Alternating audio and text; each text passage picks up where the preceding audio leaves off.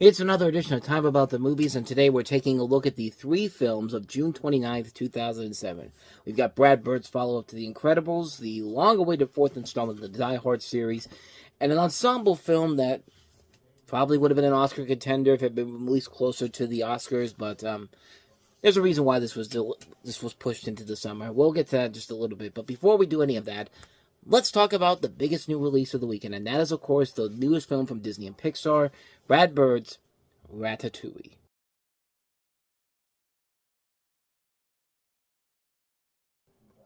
This one's an interesting one for me personally.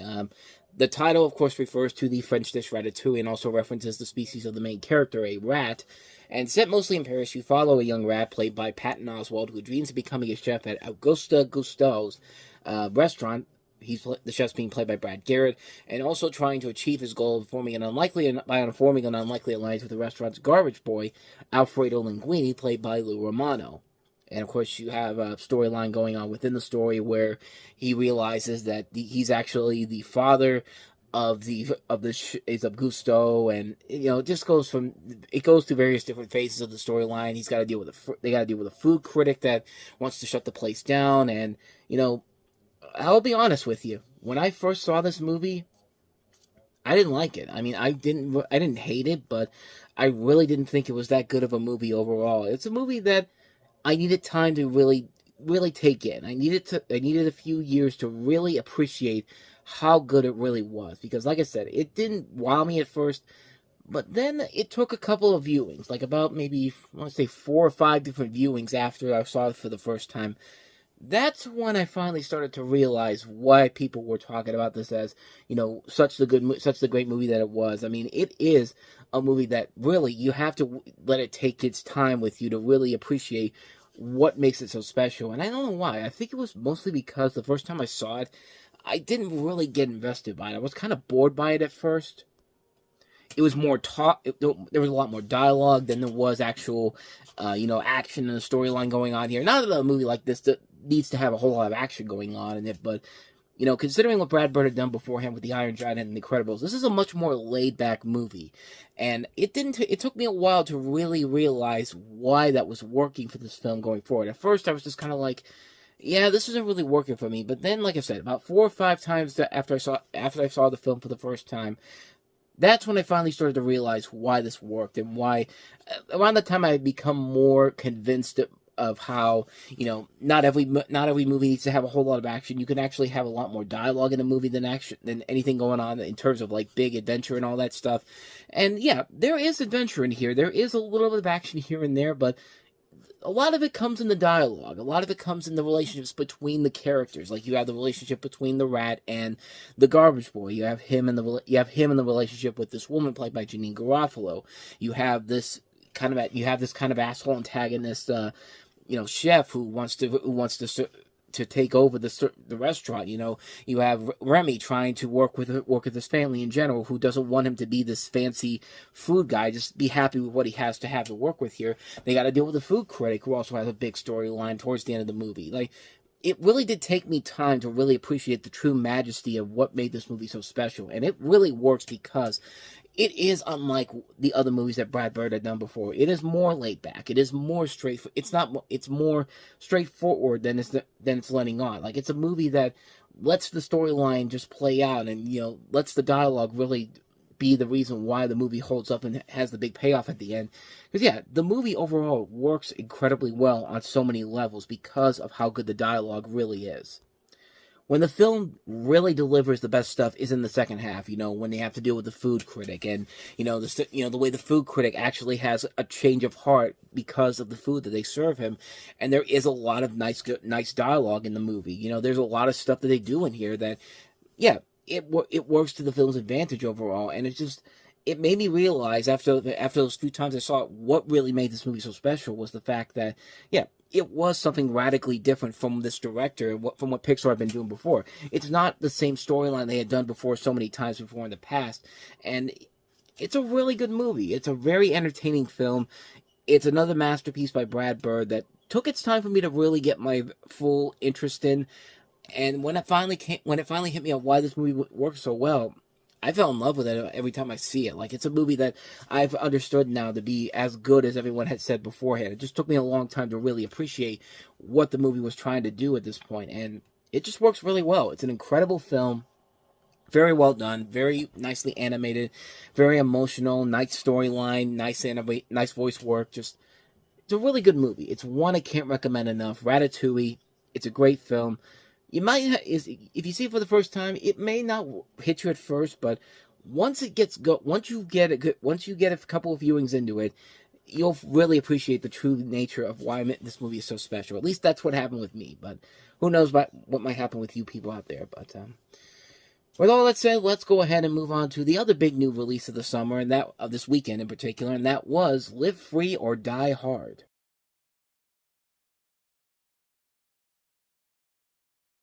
Live Free or Die Hard. This is the fourth installment of the Die Hard series that, let's be honest, a lot of people did not expect we were ever going to get. I mean, Die Hard with a Vengeance really was kind of the final.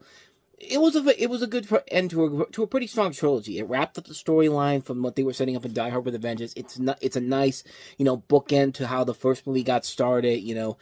It just worked on so many levels, and you didn't really need another film to really continue the storyline. You could have just stopped it with there. There had actually been attempts to make another Die Hard film. I think Tears of the Sun was actually supposed to be a Die Hard movie, but they passed it. They just made that their own film, and probably would have been better if that was a Die Hard movie, because the Tears of the Sun we got was not a good film. But this is Live Free or Die Hard. This is based off of a 1997 article called A Farewell to Arms. But in the film, you have John McClane, once again played by Bruce Willis, who's attempting to stop a cyber terrorist, Thomas Gabriel, played by Timothy Olyphant, who hacks into government and commercial computers across the United States with the goal of starting a fire sale cyber attack that would disable key elements of the nation's infrastructure. You also have Justin Long as Bruce Willis's partner in this adventure. You have Mary Elizabeth Winstead playing his daughter, who's now all grown up. Cliff Curtis is in here. Maggie Q. Kevin Smith also has a role in here as well. What's notable about this movie is two things. One, the director is Len Wiseman, who did the Underworld movies, which I've said before are not great films in general, but most notably, this is the only PG-13 rated Die Hard movie. This was back when Tom Rothman was running Fox, and for some reason he thought, we're going to make a new Die Hard movie, but you know who needs to come see this? The families. Let's make this a PG-13 rated movie. And it's just like, the same man that said that he hates the X-Men, but he'll do everything with Wolverine because he loves that character so much. And let's also do a PG-13 Alien vs. Predator movie, because that'll work, right? Oh, that didn't work? Well, here, we'll give you an R-rated one, too. Oh, that didn't work either. Again, a little bit ahead of myself with that one, because that's coming later in the year. But to the film's credit, though, this was actually a really good movie. Despite the PG-13 rating, I actually really did like Live Free or Die Hard a lot. I thought it was still just as fun as the other movies are. Yeah, it's not, it doesn't have, the same things that made the R-rated movie so great. He only gets to say his famous line, "Yippee-ki-yay, motherfucker," one time. But the way they do it in this movie actually does work in the end. I mean, it works fine for what it is, and especially when you consider that A Good Day to Die Hard came after this, and that went back to the R rating, and then you have a terrible director who, is trying so hard to take Die Hard back to its original R-rated roots, and then you get a bad movie like that. Yeah, I think we can all handle this movie in general. Yeah, the film overall is good. Is it a great film? No, it's not. It's kind of like the Toy Story 4 and the Kung Fu Panda 4 of the Die Hard series. It's a sequel that does not need to exist, but for a fourth film in a series that worked on its own as a trilogy, it works on its own merits. I like Bruce Willis is still having a ton of fun in this. Justin Long has a couple good seasons here. Mary Elizabeth Winstead's very good here. Timothy Olyphant is a good villain. Kevin Smith has a ton of fun in the little role he has in here. The action sequences are still a ton of fun to watch. They're ridiculous. They're over the top, but they're still very fun all across the board. I like it a lot. I still think it's a very enjoyable film. It's a really good film that I think worked this one time without going to the limits that the first three films had already set up. And the fact that they tried to go back to that with the next movie didn't work out in its favor. Probably was a sign that now would have been that would have been a good time to end the series at that level. It would have been better if you ended it here, but of course this movie became the big success that it was. It actually did become the highest grossing installment in the Die Hard series, which is why they made the next movie after this. But this is the last real good Die Hard movie that came from this, and Yeah, it's a good movie overall. It's not as good as the trilogy, but I'll still take it. It's a really fun film overall. I had a good time with it. I still enjoy it. Live Free or Die Hard. So with that said, let's go ahead and move on to our last film that we have here, and that is the ensemble Evening.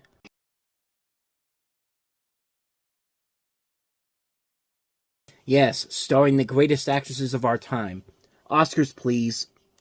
I mean, literally, this movie existed so all these people could be in this film, and hopefully, if the studio is smart, they'll release it in around Oscar time, and it will be a movie that will get several Academy Award nominations. And no, no, it did not. This is actually based off of a book written by Susan Minot, who actually wrote the script for this, based off of her 1998 novel of the same name, where you have the love which binds mother and daughter, seen through the prism of one mother's life as it crests with optimism, navigating a turning point and ebbs it to the close.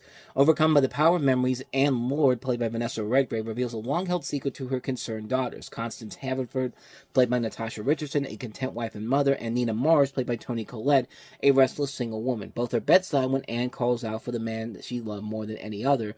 But who is this Harris? Wonder her daughters, and what is he to our mother? While Constance and Nina try to take stock of Anne's life and their own lives, their mother is tended by a night nurse played by Dame Eileen Atkins as she journeys into her mind back to her summer weekend about 50 years before, where she met Anne Grant, played by Claire Danes, a young woman who had come from New York City to become the maid of honor at a high society Newport wedding of her dearest friend from college, Lila Winterbourne, played by Mamie Gummer. The bride-to-be is jittery and turns out to her maid of honor rather than her own mother for support. Anne stays close to her friend, yet is even closer to Lila's irresponsible brother, played by Hugh Dancy. Unexpected feelings surge forward once man meets wedding guest Harris Arden, played by Patrick Wilson, a lifelong friend and immediate and intimate of the Winterbourne family. Anne's love for Harris will change her life and those of her daughters forever. And it changes my life because, good lord, that is a lot to take in with this movie. And really, I think the biggest problem with the movie in particular just comes from the fact that they had the big names in here. They had nothing else really to go with it. This is a film that is just so filled with so much boring stuff going on here. It's a film that has so many big stars attached to it that they felt like as soon as they could put those names in there, that's going to sell the movie no matter what. They could just do whatever they want to do and just it'll work from there. And it just doesn't do that. It's a boring film that wastes a lot of really good talent on here on stories that just there's so many different stories going on in here, and none of them really connect as well as they wanted to. It's a film that I think is only relevant because of all the big names they have in here, and it just feels like there's just nothing else there besides those big names, and just that was it. That's how they sold the film. And they do nothing to kind of move the story along at a smooth enough pace. It's just all over the place.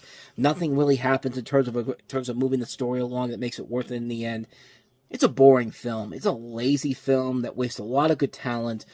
A better film could have been made with all these people involved in it, had the script been better, but as it is, no, not so much. Evening is not a good film per se. Avoid it like the plague.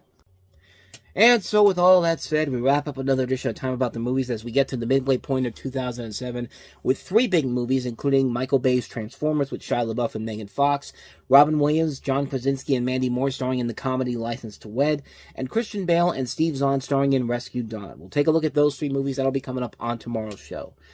But until then, thank you so much for watching, and if you want to see more videos like this, please hit the place on the next page, check out the previous episode, and also don't forget to hit the like, subscribe, notification button, and the bell because you get updates on when new videos come out, and we do post new videos here every day.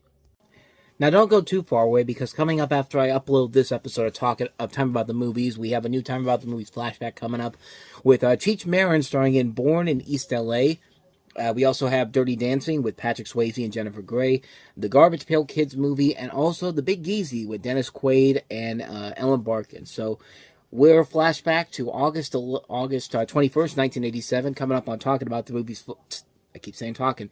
Time About the Movies flashback. That's coming up as soon as I post this episode up here. So stick around. We will be right back with that after this.